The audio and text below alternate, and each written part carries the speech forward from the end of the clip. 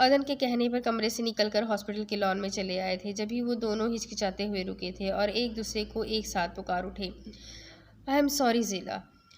مجھے ایسا نہیں کرنا چاہیے تھا. مجھے بابا کے متعلق تمہیں بتا دینا چاہیے تھا. مارسیا دھیمے لہجے میں اسے آنسو بھری آنکھوں سے دیکھتے ہوئے بولی تھی. نہیں آپی، آپ معافی مت مانگیے. درہ ذیلا ان آنسوؤں کو دیکھ تڑپ کر مارسیا سے لگی تھی. معافی تو مجھے مانگنا چاہیے کہ میں نے بہت بدتمیزی کی. مجھے معاف کر دے آپی. یقیناً وہ سب آپ نے کچھ سوچ کر ہی کیا ہوگا. درہ ذیلا مارسیا کو سختی سے بھیجے روتے ہوئے کہہ رہی تھی. نہیں، تم نے کچھ غلط نہیں کہا تھا. جو کہا تھا وہ سب سچ تھا. وہ سب میری وجہ سے ہوا تھا. شاید اسی لیے کہ میں واقعی میں بری لڑکی ہوں. مارسیا اپنے آنسوؤں کو ضبط کرتی ہوئی اندر ڈھکیلتی ہوئی بولی، جس پر درہ ذیلا تڑپ کر اس سے الگ ہوئی. نہیں آپی، آپ بہت اچھی ہیں. آپ بری نہیں ہیں. اچھا تو پھر مجھے اب مزید اچھا بننا ہے. وہ کیسے بنوں گی؟ مارسیا درہ ذیلا کی آنکھوں میں شرمندگی پچھتاوے کے آثار دیکھ مسکرانے کی کوشش کرتے ہوئے بولی. مارسیا گھر چلو.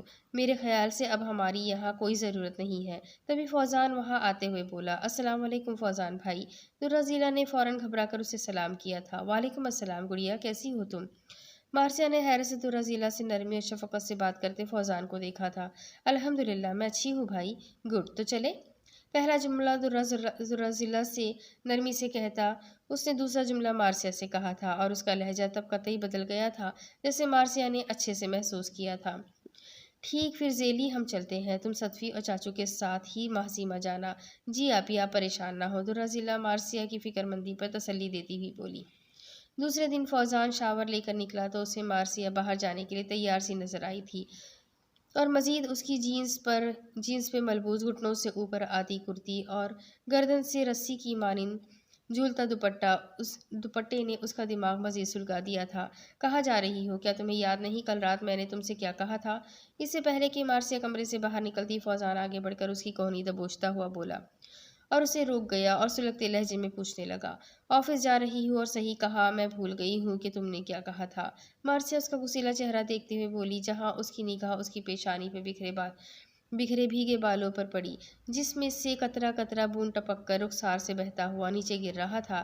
مارسیا کی نگاہ اس بوند کے ساتھ ساتھ نیچے ہوئی اور اگلے ہی پل اسے بنا شرٹ کے دیکھ گھبرا کر فوراً نگاہیں پھیر گئی. اگر تم بھول گئی ہو تو ایک مرتبہ پھر یاد دلا دوں کہ تم آج کے بعد گھر سے باہر میری مرضی کے بغیر نہیں نکلو گی. فوزان ایک لفظ چبا کر بولا تھا. اور میں ایسا کیوں کروں گی؟ مارسیا کی پیشانی پر بل پڑے تھے. ناگواری سے کہتی وہ اپنی کوہنی جھٹکے سے چھڑا گئی تھی. البتہ اس نے فوزان کی جانب دیکھنے سے قطعی گریز کیا تھا. کیونکہ میں تمہارا شوہر ہوں. اوہ اچھا، چلو اچھا ہے. شوہر ہی کہا، میرا مالک نہیں کہا. مارسیا اس کی جانب دیکھے بنا استہزائیہ انداز میں کہتی دروازے کی جانب بڑھی تھی. تمہیں میرا کہا سمجھ نہیں آتا؟ مارسیا تکی کہ تم گھر سے باہر نہیں نکلو گی. اگر نہیں سمجھا تو مجھے سمجھانا بھی بہت اچھے سے آتا ہے.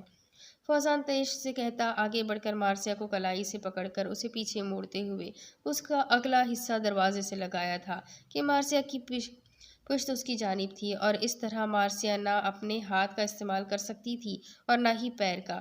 وہ اپنے پچھلے تجربے کو ابھی بھولا نہیں تھا اور ساتھ ہی اس نے مارسیا کا دوسرا ہاتھ بھی پیچھے کی جانب موڑتے دونوں کلائی کو مارسیا کی گردن سے جھولتے دوپٹے کو بے دردی سے کھینچا اس دوپٹے سے باندھ گیا تھا. میرے ہاتھ کھولو ورنہ تم بہت پچھتاؤ گے اے سی پی صاحب. مارسیا اس کی جانب مڑتی سرد لہجے میں بولی. میں پچھتانا چاہتا ہوں مسز اے سی پی. فوزان اسے بے بس دیکھ مزے سے بولا. ساتھ ہی فوزان کی نگاہ اس کی سفید گردن پر پڑی جہاں سرخی چھائی ہوئی تھی جو یقیناً دوپٹے کے کھینچنے کے رگڑ کے سبب ہوا تھا. As you wish. اگلے ہی پل مارسیا اس پر زخمی شیرنی بن کر جھپٹی تھی. وہ بنا ہاتھ کے ہی اس پر پیر اور گھٹنوں سے وار کیے جا رہی تھی جسے وہ اپنے ہاتھوں پر روک رہا تھا اور ششدر ہو رہا تھا. اس کا دماغ بلا کسی تردد کے یہ بات مان گیا تھا کہ وہ کمال کی فائٹر تھی اور اگلے ہی پل فوزان نے زخمی شیرنی کو دھکا دے کر بیڈ پر گرایا تھا جو زیر ہو کر ہی نہیں دے رہی تھی.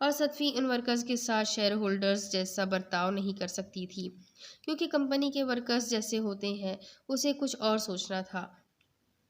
کمپنی کے ورکرز فیملی جیسے ہوتے ہیں اسے کچھ اور سوچنا تھا، اور صدفی سے کچھ قدم پیچھے کھڑا عبدالرحمن بے صبری سے صدفی کے اگلے قدم کا منتظر تھا کہ آخر اب سی ای او میم کس طرح اپنے ورکرز کو متاثر کرتے ہوئے ان سب کی ناراضگی دور کرے گی۔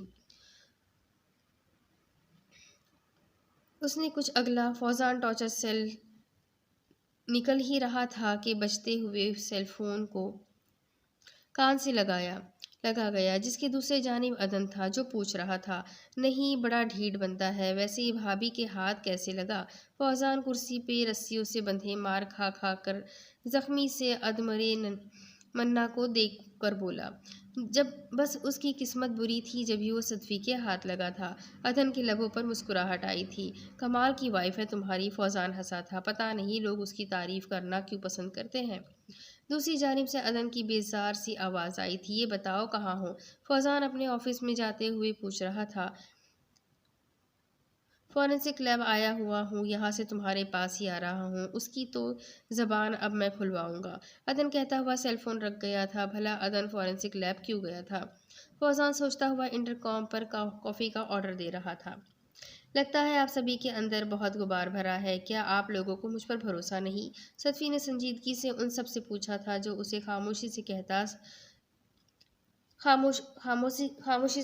سن خاموش ہو گئے تھے۔ کیسے بھروسہ کرے؟ آپ نے بھروسہ کرنے کے لائق اب تک کوئی کام ہی نہیں کیا سوائے فائر کرنے کے سی ای او میم۔ وہ ایک 32 سال کا آدمی تھا جس نے نہایت کڑوے لہجے میں کہا تھا، صحیح کہا، جس پر اکثر نے تائید کی۔ کیوں، خیریت سے تو ہے تمہاری اکڑ؟ فوزان رات گئے 2 بجے کمرے میں آیا تھا اور آتے ہی سیدھا بیڈ کی جانب گیا جہاں مارسیا بیڈ پر پڑی تھی۔ مجھے معاف کر دو، مجھے بہت زور کی بھوک لگی ہے، پلیز کچھ کھانے کے لیے دو ورنہ میں مر جاؤں گی۔ مارسیا اسے دیکھ اپنی ادکھلی آنکھ کھولتی نڈھال سے انداز میں گڑ گڑا کر کہہ رہی تھی، جسے دیکھ فوزان کے اندر سرور کی لہر دوڑی تھی۔ فتح حاصل ہونے سے بڑھ کر بھی کوئی خوشی اور سرور ہوتی ہے بھلا؟ تمہیں کیا لگتا ہے میں ایسا کہوں گی مسٹر ریسیپی؟ اگلے ہی پل مارسیا کی گڑ گڑاتی آواز اکھڑ اور استہزاء لیے ہوئے تھی، جسے سن کر فوزان کا سارا سرور ملیا میٹ ہو گیا۔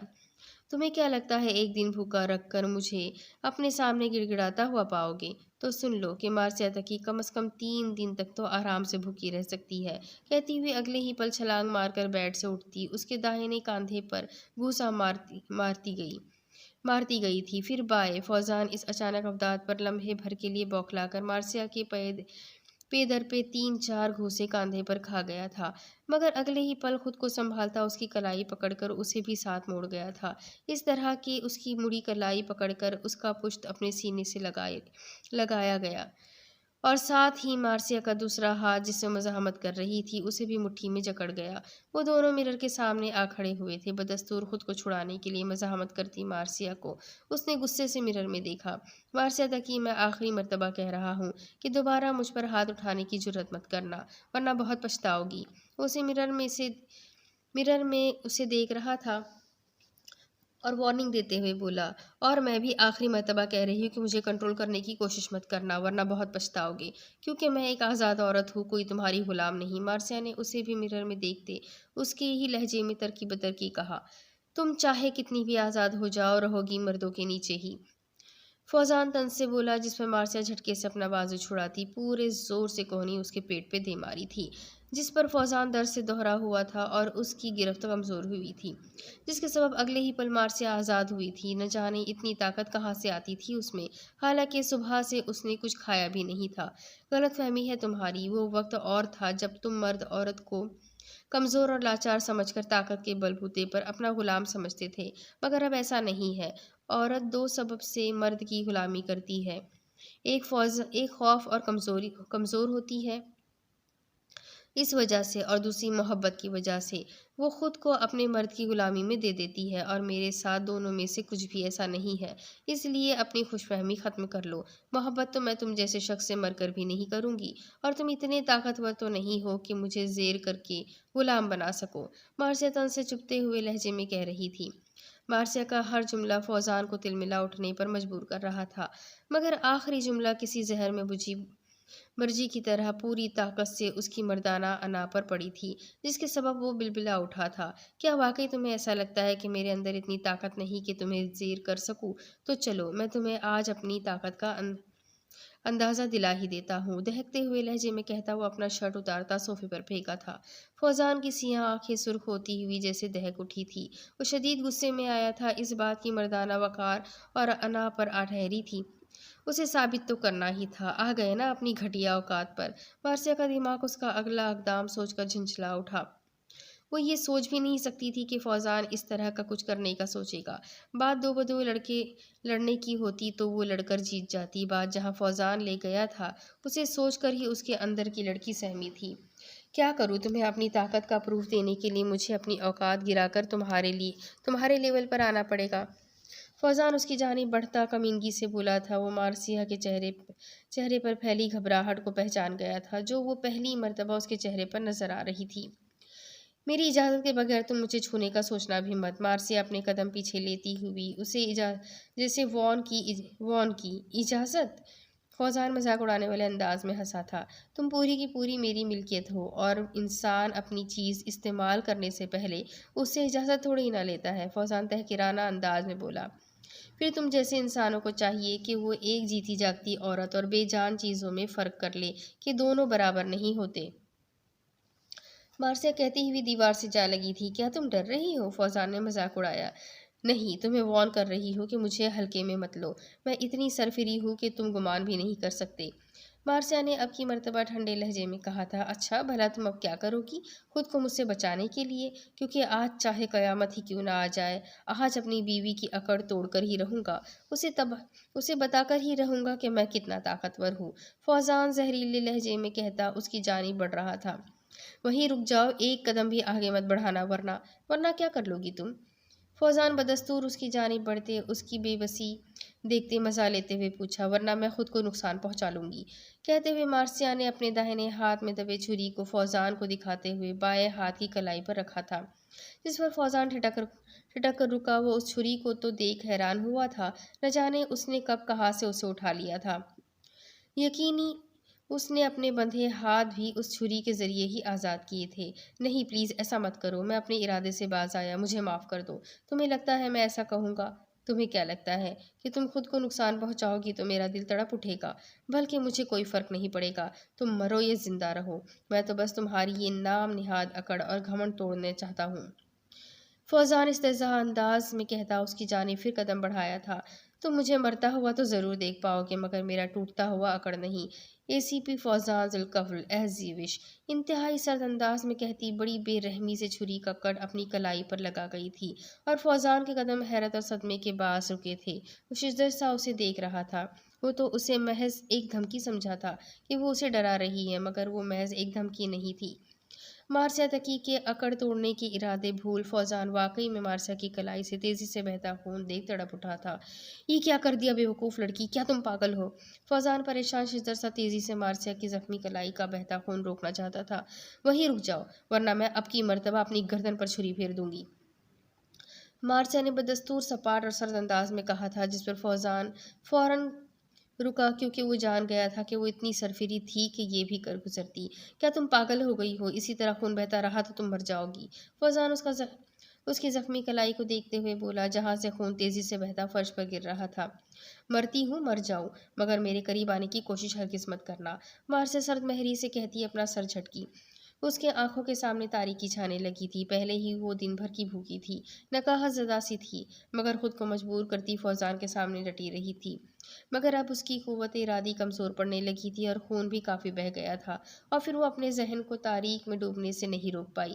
اس سے پہلے کہ وہ فرش پر گرتی، فوزان نے اسے آگے بڑھ کر تھاما تھا۔ تو تم محبت کی غلامی میں آؤ گی مارسیا تکی؟ تو پھر ٹھیک ہے، میں تو بس تمہیں ٹوٹا ہوا اور بے بس دیکھنا چاہتا ہوں، اب چاہے وہ طاقت کے ذریعے ہو یا محبت کے۔ تھوڑی دیر بعد ہی فوزان بیڈ پر لیٹی مارسیا کی کلائی کی ڈریسنگ کرتا اس کی بند پلکوں کو دیکھ رہا تھا۔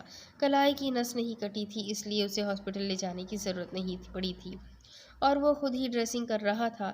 یہ دوسرا موقع تھا جب وہ مارسیا کی نہ چاہتے ہوئے بھی فکر کر رہا تھا، جو اسے خود بہت ناگوار گزر رہا تھا۔ لگتا ہے آپ سبھی کے اندر بہت غبار بھرا ہے، کیا آپ لوگوں کو مجھ پر بھروسہ نہیں؟ ستوی نے سنجیدگی سے ان سب سے پوچھا تھا جو اسے خاموشی سے کہتا سن خاموش ہو گئے تھے۔ کیسے بھروسہ کر سکتے ہیں؟ آپ نے بھروسے لائق کچھ کام کیا ہی نہیں ہے سوائے فائر کرنے کے CEO میم۔ وہ ایک 32 سال کا آدمی تھا جس نے نہایت کڑوے لہجے میں کہا تھا، صحیح کہا، جس پر اکثر نے تائید کی تھی، آپ کا نام مسٹر اشرف حسین؟ ستوی کے پوچھنے پر اس نے منہ بگاڑ کر کہا، اشرف حسین صاحب، آج میں آپ سب کے سارے شکوے گلے ختم کر دوں گی۔ تو چلے اس سے پہلے ہم ایک گیم کھیلیں گے۔ آپ کو اپنے سامنے ٹیبل پر بلو نظر آ رہے ہوں گے اور ساتھ میں ایک پن بھی ہے۔ بلون نظر آ رہے ہوں گے اور ساتھ میں ایک پن بھی ہے۔ بلون میں آپ کو ہوا بھرنی ہے۔ جس کا بلون آخر تک بچے گا وہ ونر ہوگا۔ ستوی اس سب کے چہرے پر ابھرتے استہزاء انگیز آثار کو دیکھنے کے باوجود کہتی رہی تھی، ہم یہاں گیم کھیلنے نہیں آئے۔ اشرف حسین نے بگڑ کر کہا تھا، اشرف صاحب، جو گیم میں حصہ لے گا وہ جیتے گا۔ میں اسے بونس کے طور پر 3 مہینے کی سیلری دوں گی۔ ستوی اشرف کو دیکھ مسکرا کر کہتی، سارے اسٹاف کو دیکھا۔ ستوی کے کہنے پر اب کی مرتبہ سبھی نے ایک دوسرے کو دیکھا، جیسے جاننا چاہ رہے ہو کہ ان کے ساتھیوں کے کیا ارادے تھے۔ CEO میم، میں جانتا تھا کہ آپ ویسی نہیں ہے جیسے لوگ کہہ رہے ہیں۔ آپ تو بہت مہربان اور ذہین لیڈی ہے۔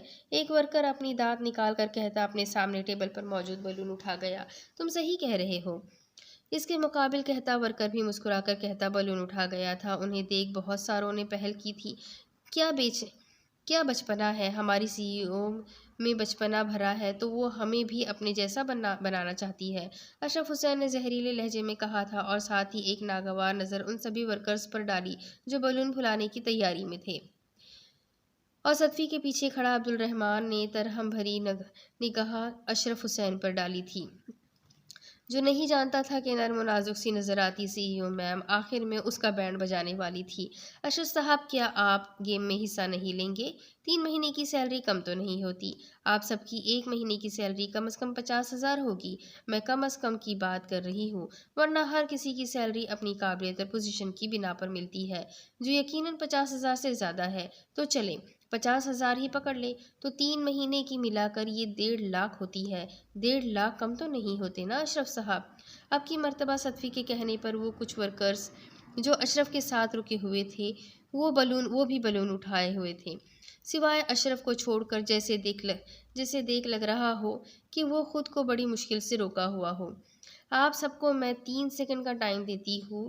Your time start now. ستوی کے کہنے کی دیر تھی، وہ سبھی غبارہ پھلانے کے بعد ایک دوسرے کی غبارہ پر حملہ آور ہوئے تھے۔ ہال کا ماحول دیکھنے کے لائق ہو گیا تھا، شور ہنگامہ، چیخو پکار۔ 3 2 1 گو۔ ستوی اپنی داہنی کلائی پہ بندھی واچ میں دیکھتی ہوئی کہہ رہی تھی، سٹاپ۔ ستوی نے کہنے کے ساتھ ہی واچ پہ سے نظریں اٹھا کر انہیں دیکھا، جن میں سے کسی کے ہاتھ میں بھی غبارہ موجود نہیں تھا۔ وہ سبھی ایک دوسرے کا غبارہ پھوڑ کر بنا غبارے کے خالی ہاتھ رہ گئے تھے، کسی کے پاس نہیں بچا۔ نائس۔ ستوی ان سبھی کے لٹکے منہ دیکھتے ہوئے کہہ رہی تھی جو ونر بن کر 3 مہینے کی سیلری جیتنا چاہتے تھے، میں نے کہا تھا جس کے پاس بچے گا وہ ونر ہوگا۔ اگر آپ میں سے ہر ایک کے پاس بیلون موجود ہوتا تو آپ سبھی جیت جاتے نا۔ آپ سب ونر بننا چاہتے تھے، لیکن دوسروں کو ہرا کر۔ ستوی کہہ رہی تھی اور سب ورکرز کے چہرے پر پہلے حیرانی چھائی اور اب وہ سانس روکے اسے سن رہے تھے۔ اس سے آپ کو 2 باتیں سیکھنی چاہیے، پہلی یہ کہ ایک اکیلا پلیئر کبھی بھی پورے ٹیم کو نہیں جتا سکتا، اور اسی ریزن کی وجہ سے کمپنی آگے نہیں بڑھتی۔ لیکن اگر ایک ٹیم جیتتی ہے تو ہر ایک پلیئر ونر ہوتا ہے، ویسے ہی اگر کوئی کمپنی آگے بڑھتی ہے تو ہر ایک امپلائی کامیاب ہوتا ہے۔ اور دوسری بات یہ کہ اپنوں سے کبھی نہ لڑنا، ورنہ ہمیشہ خالی ہاتھ رہ جاؤ گے اور تمہارا اتحاد ٹوٹ جائے گا۔ لڑنا ہی ہے تو ایک ساتھ متحد ہو کر اتحاد توڑنے والوں سے لڑو، کیونکہ ہمارا اتحاد ہی ہماری طاقت ہے۔ ہم سب ایک فیملی جیسے ہیں۔ فیملی کا مطلب ہی ہوتا ہے کہ ایک دوسرے سے محبت کرنا اور ایک دوسرے کی مدد کرنا۔ ہم سبھی کی جیت ایک ساتھ ہو کر محنت کرنے میں ہے، کیونکہ اکیلے میں ہم سب رائی ہے۔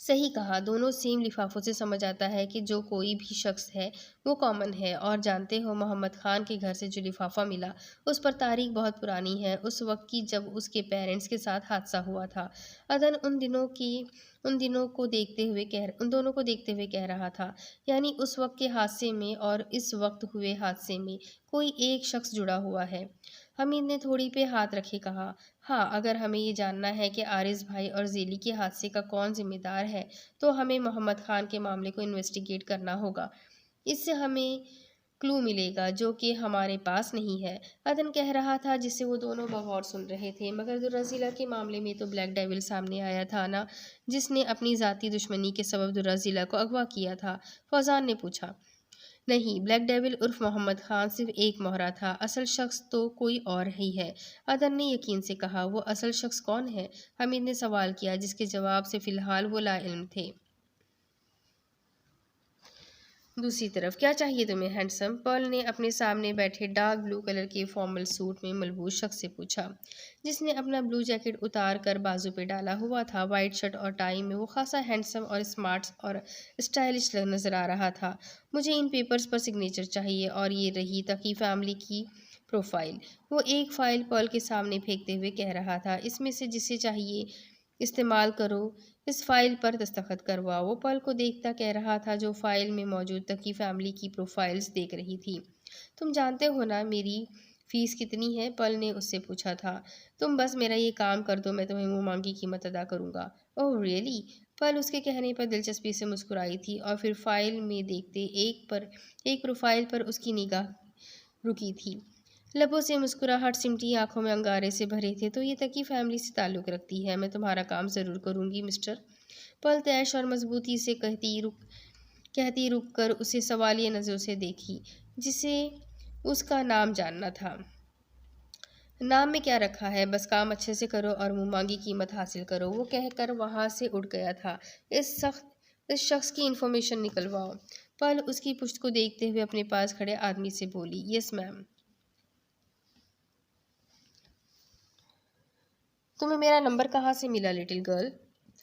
مارگو اپنے سامنے بیٹھی درزیلا کے حجاب سے جھانکتی براؤنش آنکھوں کو دیکھتی تحیر سے پوچھنے لگی۔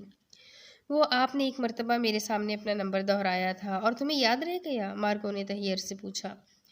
وہ دراصل میری میموری خالہ جانی جتنی اسٹرانگ ہے، اس لیے میں جو سنتی ہوں یاد ہو جاتا ہے، درزیلا اپنی ازلی معصومیت سے کہہ رہی تھی۔ اوہ، یعنی فوٹوگرافک میموری؟ مارگو بری طرح متاثر ہوئی۔ آپ ہی، مجھے آپ کی ہیلپ چاہیے، اس لیے میں نے آپ کو بلایا ہے۔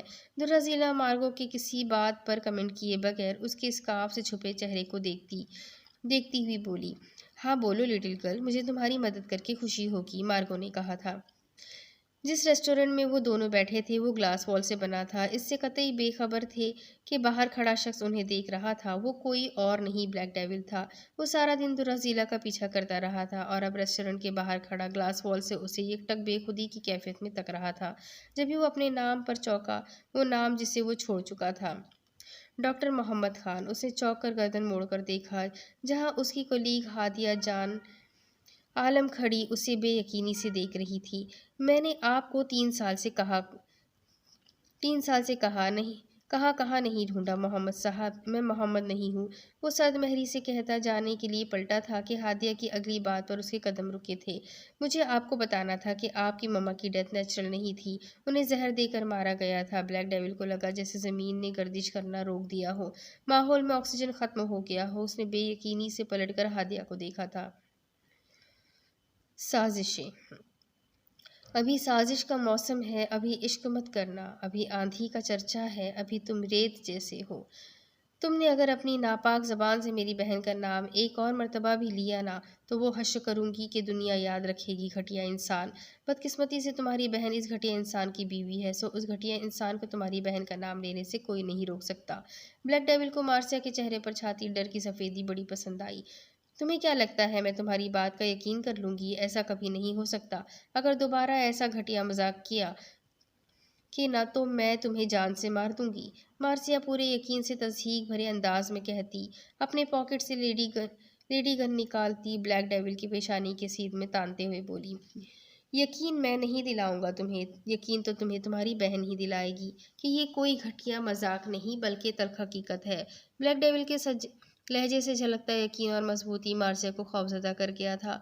مارسیا نے گردن اونچی کیے موڑ کر بڑی امید سے درزیلا کو دیکھا جو ریلنگ پکڑے کھڑی نیچے ہی ان دونوں کو دیکھ رہی تھی، جس کا چہرہ خوف سے پیلا پڑتا نظر آ رہا تھا۔ اب سے 18 گھنٹے پہلے، منگل 5:05 پر شام کو۔ ڈاکٹر محمد خان، میں نے آپ کو 3 سال سے کہاں نہیں ڈھونڈا محمد صاحب، میں محمد نہیں ہوں۔ وہ صد مہری سے کہتا جانے کے لیے پلٹا تھا کہ ہادیہ کی بات پر اس کے قدم رکے تھے۔ مجھے آپ کو بتانا تھا کہ آپ کی مما کی ڈیتھ نیچرل نہیں تھی، انہیں زہر دے کر مارا گیا تھا۔ بلیک ڈیول کو لگا جیسے زمین نے گردش کرنا روک دیا ہو، ماحول میں آکسیجن ختم ہو گیا ہو۔ اس نے بے یقینی سے پلٹ کر ہادیہ کو دیکھا۔ یہ کیا بکواس ہے، انہیں بھی صدمے کے سبب ہارٹ اٹیک آیا تھا۔ وہ ہادیہ جان عالم تک جاتا گھراتے ہوئے بولا تھا، جس پر ہادیہ سہم کر بے یقینی سے اسے دیکھ رہی تھی جو یکدم بدلا نظر آ رہا تھا۔ نرم اور دھیمے لہجے میں بات کرتا وہ ڈاکٹر محمد خان قطعی نہیں لگ رہا تھا۔ آپ سے پوسٹ مارٹم رپورٹ چھپائی گئی تھی اور آپ اتنے صدمے میں تھے کہ آپ نے تحقیق بھی نہیں کی تھی۔ اتفاق سے اصلی رپورٹ میرے ہاتھ لگ گئی تھی، ہادیہ خوفزدہ سی کہہ رہی تھی۔ ایسا کون کر سکتا ہے؟ بلیک ڈیول کا دل پھر غم سے بھرا تھا، اسے یقین نہیں آ رہا تھا۔ بیٹا، مجھ سے کبھی بدگمان نہیں ہونا۔ نور جہاں کی آواز اس کی سماعت میں گونجی تھی، جس کے سبب اس نے دکھ اور کرب سے آنکھیں میچی۔ اسے لگنے لگا جیسے اس نے ابھی ایک مرتبہ پھر سے اپنی ماں کو کھو دیا۔ آپ مارسیا تقی سے پوچھے، شاید کہ کچھ پتہ چل جائے، شاید وہ بھی ان سب میں انوالو تھی، ہادیہ نے کہا تھا، جسے سن کر اس کی آنکھیں غصے اور نفرت سے دہک اٹھی تھی۔ مارسیا تقی، 8:30 بجے شام کو۔ 14.5 گھنٹے پہلے، منگل۔ مارسیا گھومتے سر کو تھامتی بستر سے اٹھ بیٹھی تھی۔ خون زیادہ بہہ جانے کی وجہ سے کمزوری در آئی تھی۔ پتہ نہیں کیسے وہ آج سارا دن سوئی رہی تھی۔ یقیناً فوزان نے اسے نیند کی دوائی کافی یا پانی میں گھول کر دے دی ہوگی۔ اس نے اپنی کلائی پہ بندھی سفید پٹی دیکھ کر سوچا۔ واش روم سے فریش ہو کر نکلے پر اسے باہر سے ہنسی اور باتوں کی آواز آ رہی تھی، جس میں فوزان کی آواز بھی شامل تھی۔ اس نے حیرت سے دیوار گیر گھڑی کی جانب دیکھا۔ وہ حیران ہوئی کہ فوزان اتنی جلدی گھر کیسے آ گیا، ورنہ وہ عموماً رات 1 بجے بعد ہی آتا تھا۔ کافی کی طلب اسے کچن کی جانب لے آئی تھی، جہاں کچن میں اسے وہ حسینہ بیگم اور ہانیہ کے ساتھ بیٹھا ڈنر کرتا نظر آیا تھا۔ اسے دیکھ وہ سب لمحے بھر کے لیے خاموش ہوئے تھے۔ میں ابھی تمہارے لیے سوپ لے کر ہی آ رہا تھا، فوزان مسکراتے ہوئے بولا، جس پر مارسیا مشکوک ہوئی۔ کیا وہ اپنی پھوپھی کے سامنے اچھا ہونے کا ڈرامہ کر رہا تھا؟ البتہ وہ سر جھٹکتی کافی میکر کی جانب بڑھ گئی تھی۔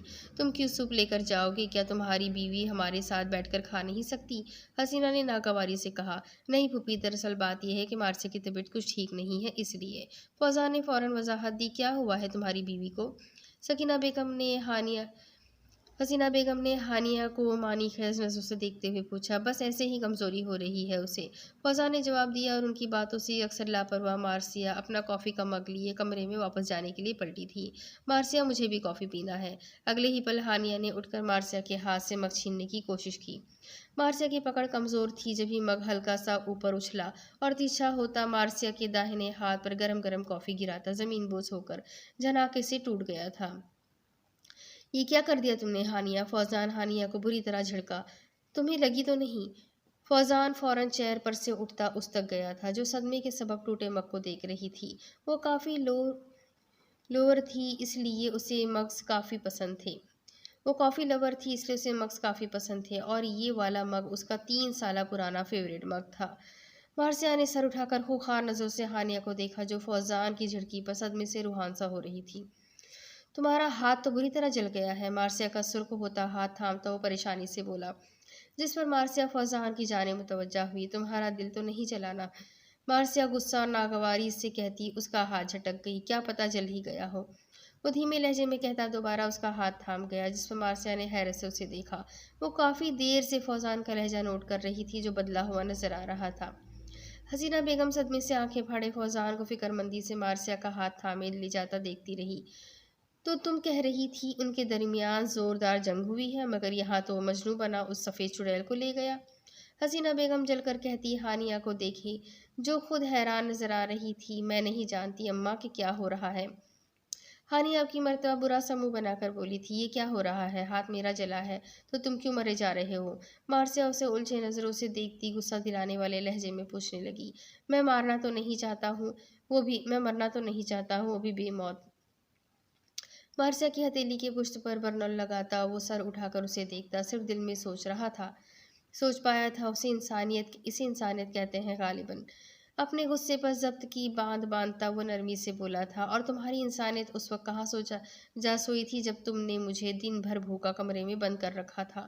مارثیہ کا تیکھا لب و لہجہ اب کی مرتبہ فوزان کا سارا ضبط بہا لے گیا تھا اور سارے پلان پہ پانی پھر گیا تھا۔ تم جیسی حد سے زیادہ بگڑی ہوئی لڑکیوں کو اس طرح سدھارنے کے لیے ڈوز دینا انسانیت کے خلاف نہیں ہوتا۔ اوہ اچھا، مارثیہ نے مسکراتے ہوئے اسے دیکھ کر کہا تھا۔ اس کی استہزاء انگیز مسکراہٹ فوزان کو مزید آگ لگا گئی تھی۔ تم سخت زہر لگتی ہو مجھے، فوزان بھننا کر کہتا باہر جانے کے لیے دروازے کی جانب بڑھ گیا۔ یہ شاید فوزان کا پسندیدہ جملہ تھا، 2-3 مرتبہ تو وہ اس کے منہ سے سن ہی چکی تھی۔ اگر میں تمہیں زہر لگتی ہوں تو کھا کر مر جاؤ، مارثیہ مزے سے کہتی ہوئی صوفے سے اٹھ کھڑی ہوتی سائڈ ٹیبل کی جانب بڑھی۔ وہ سائڈ ٹیبل پر پڑا اپنا سیل فون لینا چاہتی تھی تاکہ صدفی اور دررضیلہ سے بات کر سکے، اس لیے وہ فوزان کو دیکھ ہی نہیں پائی جو واپس اس کی جانب پلٹ آیا تھا۔ وہ اپنا سیل فون لے کر پلٹی تو اپنے یکدم پیچھے فوزان کو کھڑا دیکھ گھبرا کر پیچھے ہٹی تھی کہ اس کی پیٹھ ٹیبل سے لگی تھی۔ تو تم مجھے اجازت دے رہی ہو کہ میں تمہیں کھا جاؤں؟ فوزان کی دھیمی پرتپش مانی خیز لہجے پہ مارثیہ کے اندر جیسے کرنٹ دوڑا تھا۔ اس سے پہلے ہی میں تمہیں کچا نگل جاؤں گی۔ اپنی کمزوری اس پر ظاہر کیے بغیر وہ کھا جانے والی نظروں سے اسے گھورتی، اپنے سامنے سے دھکا دے کر اسے ہٹاتی ہوئی صوفے پر جا بیٹھی تھی، اور فوزان اپنے لبوں پہ مسکراہٹ دباتا اسے گہری نظروں سے دیکھتا کمرے سے باہر نکل گیا۔ مارثیہ نے ہزار چاہا تھا اپنی کمزوری چھپانے کی، مگر وہ مارثیہ کا گھبرا جانا پکڑ گیا تھا۔ وہ جان گیا تھا کہ بے حد مضبوط بہادر نظر آتی مارثیہ تقی کی کمزوری محبت تھی، اس لیے وہ چاہتی تھی کہ فوزان اس سے نفرت ہی کرتا رہے۔ فوزان کے لبوں پر فاتحانہ استہزاء انگیز مسکراہٹ دوڑی تھی۔ مارثیہ تقی کے زیر ہونے کا وقت اب قریب ہی تھا۔ اب اس کے آگے کی کہانی میں آپ کو اگلی قسط میں سناتی ہوں کہ آگے کیا ہوگا۔ یہ جاننے کے لیے میرے ساتھ بنے رہیں، اگلی قسط میں پھر ملیں گے، تب تک کے لیے اللہ حافظ۔